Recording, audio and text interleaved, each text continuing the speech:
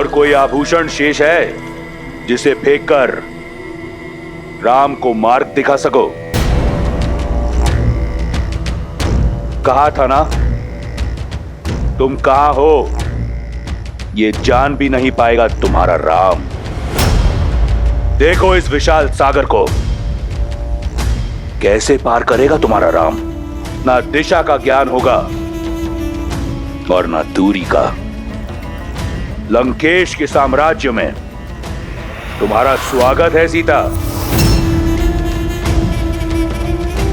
पत्थरों की नहीं, शुद्ध स्वर्ण से बनी है मेरी लंका। यहां चारों ओर मेरे सैनिक पहरा देते हैं। यहां सागर भी मेरे आगे नतमस्तक है। क्या लगता है यहां आ पाएगा तुम्हारा राम? मुक्त कर पाएगा तुम्हें?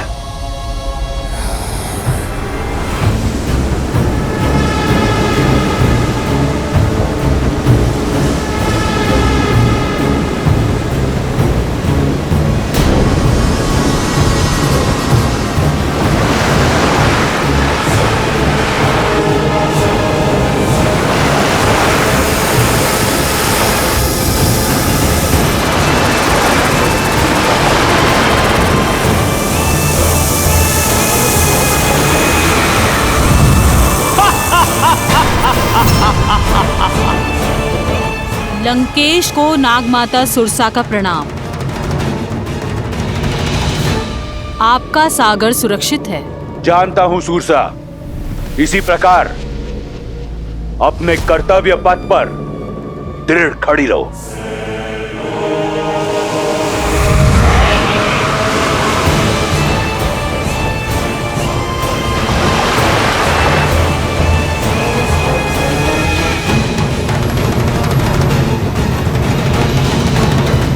सुरसा है ये, जो आता है निकल जाती है। और जानती हो सीता, नाग जिसे निकलता है उसके अवशेष भी नहीं मिलते।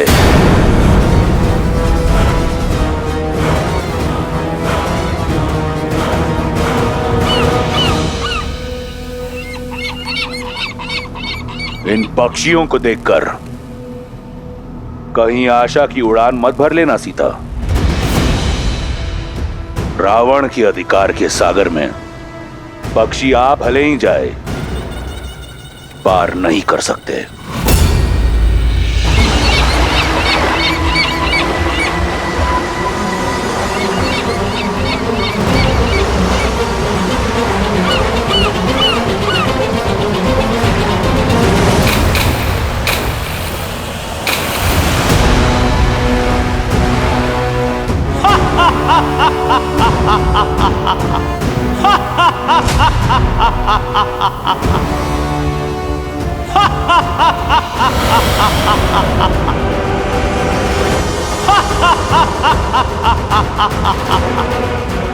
राहु की माता और आपकी दासी सिम्हिका का प्रणाम स्वीकार करे लंकेश।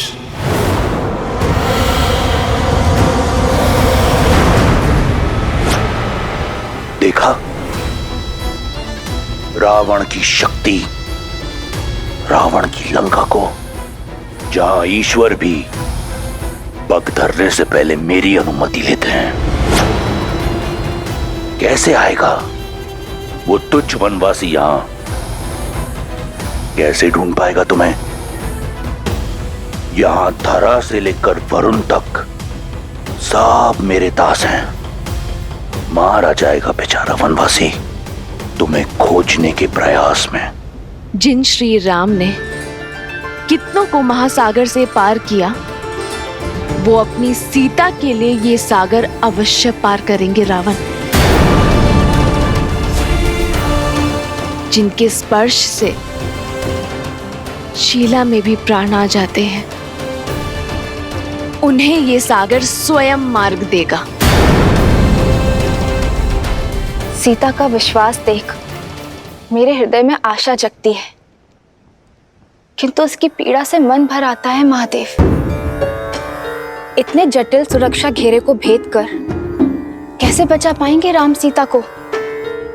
धरा से लेके सागर तक उसके दास हैं। सुरसा, सिम्हिका जैसे न जाने कितने मायावी उसके आगे नतमस्तक है। ऐसे में लंका में प्रवेश कर पाना मुझे असंभव प्रतीत होता है। देवी, पाप और अधर्म का सागर कितना भी अपार, कितना भी गहरा क्यों ना हो, पुण्य और सत्य का एक तिनका भी उसे पार करने में सक्षम होता है। देवी सीता के प्रेम और विश्वास की डोर के कारण श्री राम भी इस दुर्गम सागर को पार करने का कोई ना कोई मार्ग अवश्य खोज लेंगे।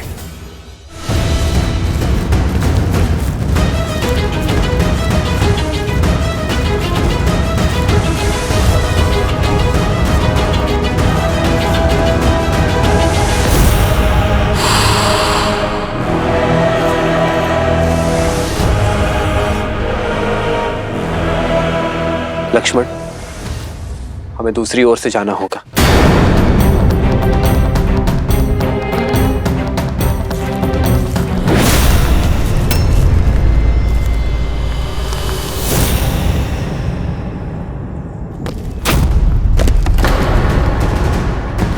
लक्ष्मण, भैया सावधान।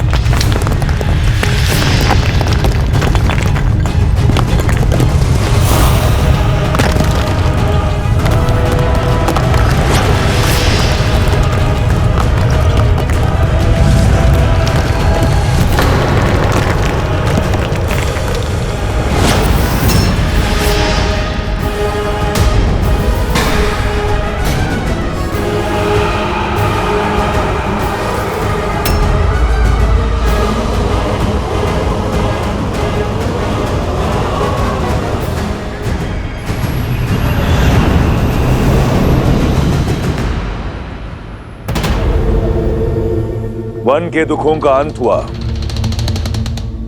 स्वर्ण लंका तुम्हें अनंत सुख और स्वागत देने को तत्पर है।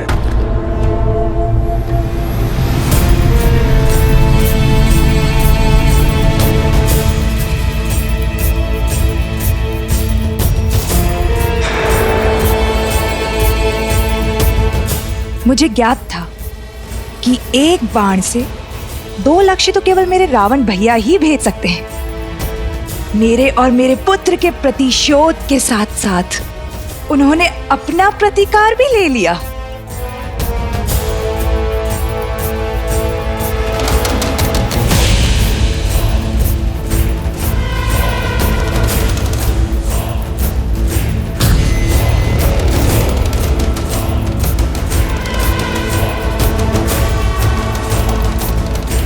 पुष्पक,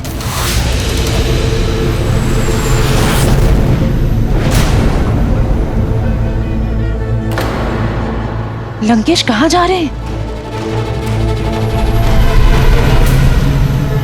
पुष्पक,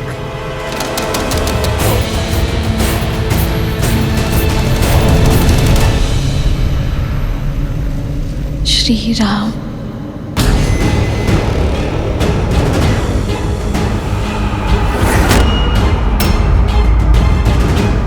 मृत्यु की मार्ग पे जा रहे हो, ना चीख रहे हो, ना भय से कांप रहे हो।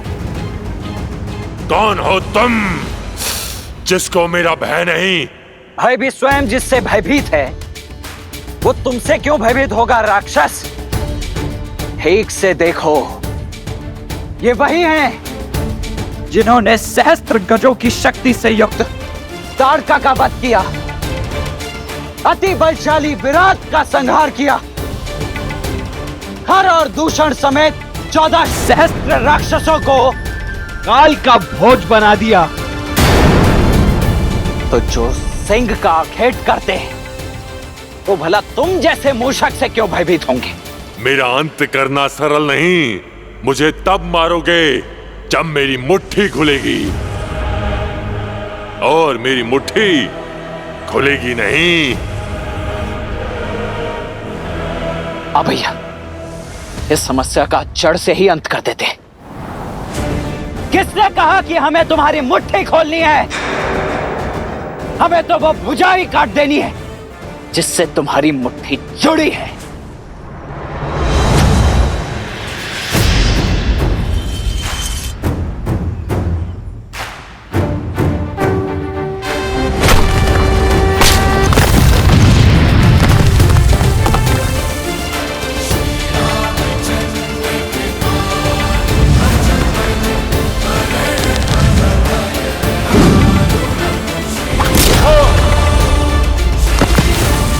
लक्ष्मण, हे राम, हे लक्ष्मण, आपके इन तीरों से मुझे मुक्ति नहीं मिलेगी।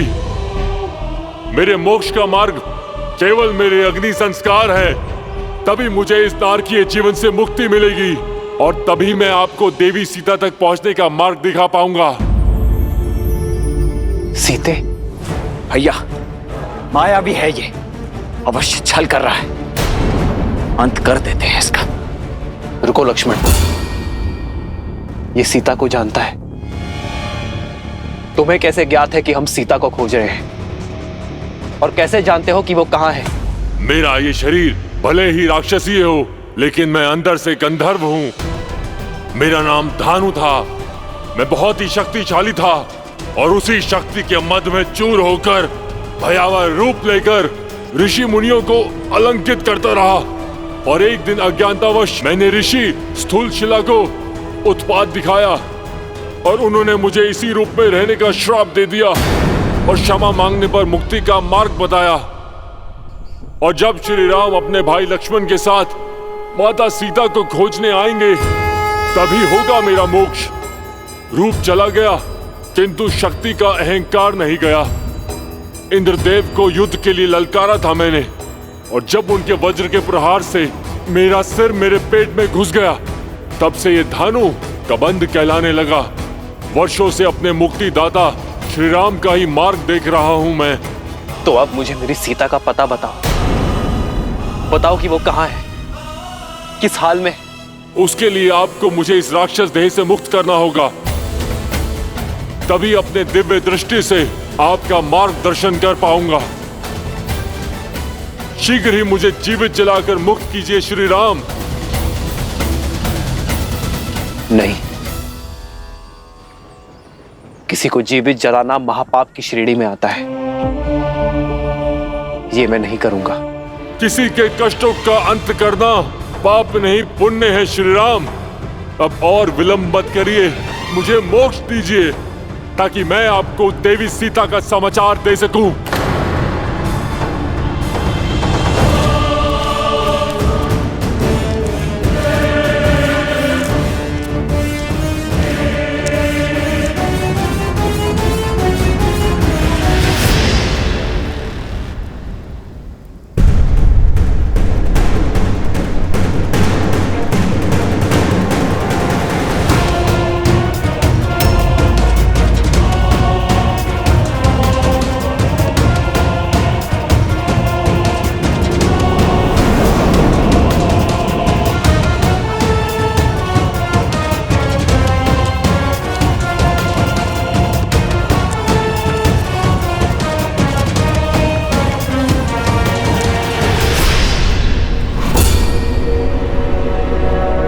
यह अशोक वाटिका है सीता। यहां देवता भी पग नहीं धरते।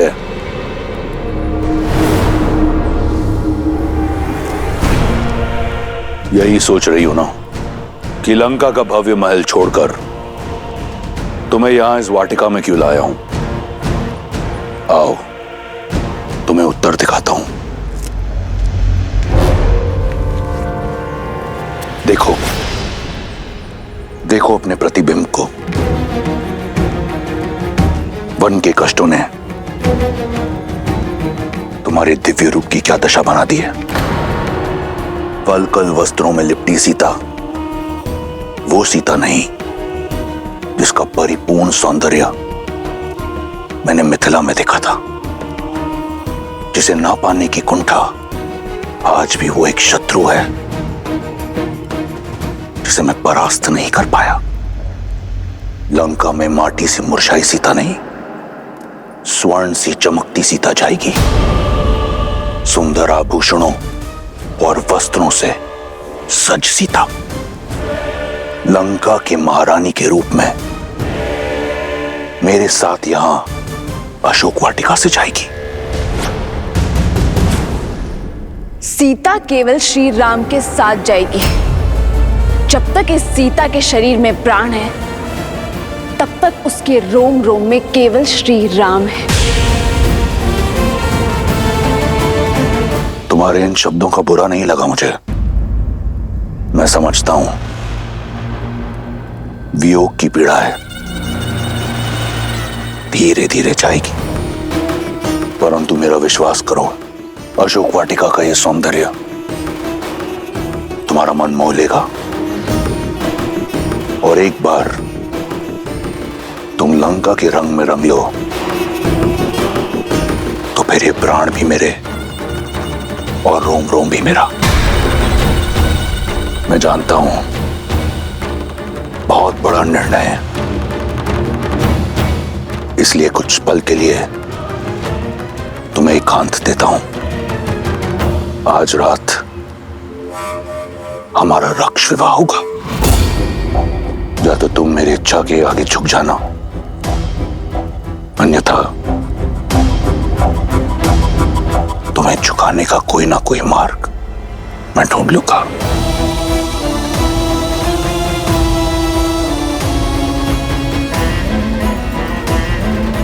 लंकेश को प्रसन्न करने का दायित्व अब तुम्हारा है। त्रिजटा से कहो शीघ्र अतिशीघ्र सीता को सज्ज करे।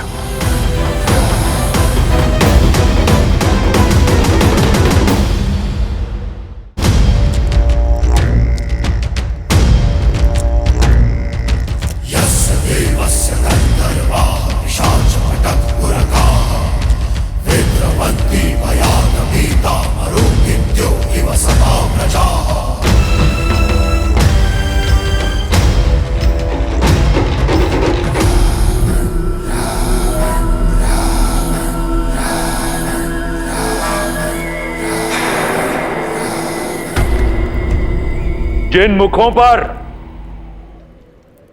राक्षस विजय का अभिमान होना चाहिए, उन पर प्रश्न चिन्ह का प्रतिबिंब क्यों दिख रहा है मुझे?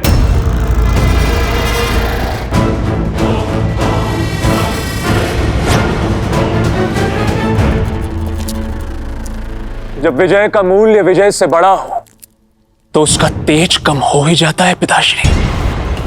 किंतु यदि आपकी इच्छा वास्तविक विजय प्राप्त करने की है तो मुझे आज्ञा दीजिए, मैं राम और उसके भाई लक्ष्मण को अपने शौर्य से परास्त करके यहां आपके समक्ष बंदी बनाकर लाता हूं, आपके चरणों में गिराकर उनसे उनके प्राणों की भिक्षा मंगवाता हूं।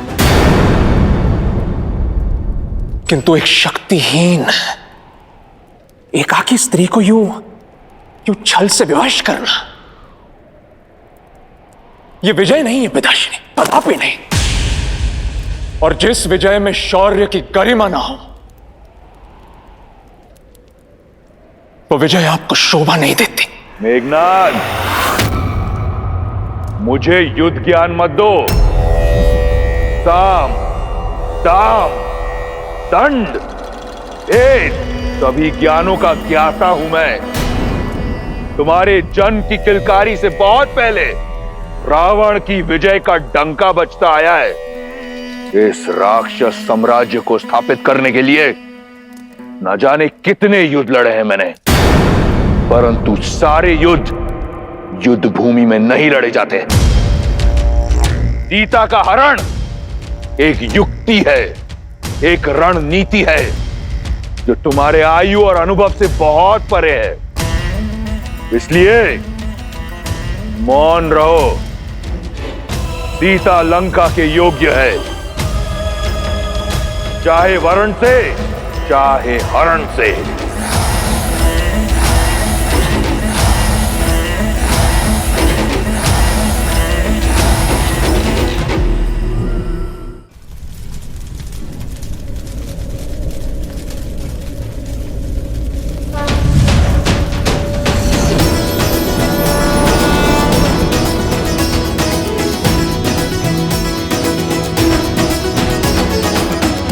मुझे मुक्त करने के लिए धन्यवाद रघुनंदन। अब मेरी सीता की क्या सूचना दे सकते हैं आप? श्री राम, वो दुष्ट रावण माता सीता को दक्षिण की ओर लेके गया है, और वो वहां पर लेके गया है जहां पर मेरी दिव्य दृष्टि भी नहीं पहुंच सकती। किंतु इतना अवश्य देख सकता हूं कि आप जिस मार्ग पर जाएंगे वहां पर आपको समर्थन और समर्पण दोनों ही प्राप्त होंगे। आप ऋषिमुख पर्वत पर जाइए, वहां पर आपको वानरराज सुग्रीव मिलेंगे। जो आपको सीता माता तक पहुंचाने में आपकी सहायता करेंगे। और ये ऋष्यमुख पर्वत जाने का मार्ग? आप पंपा सरोवर की ओर जाइए, वहां ऋषि मतंग का आश्रम आएगा। वहां महातपस्विनी शबरी वर्षों से आपकी प्रतीक्षा कर रही हैं।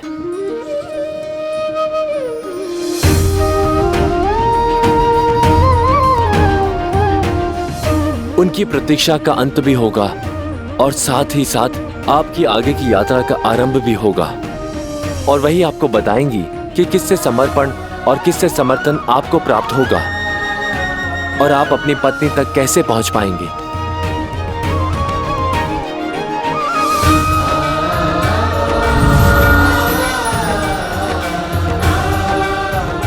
लक्ष्मण, हमें शीघ्र अतिशीघ्र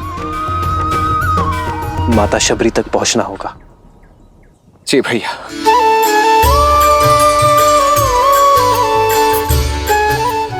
मेरे राम,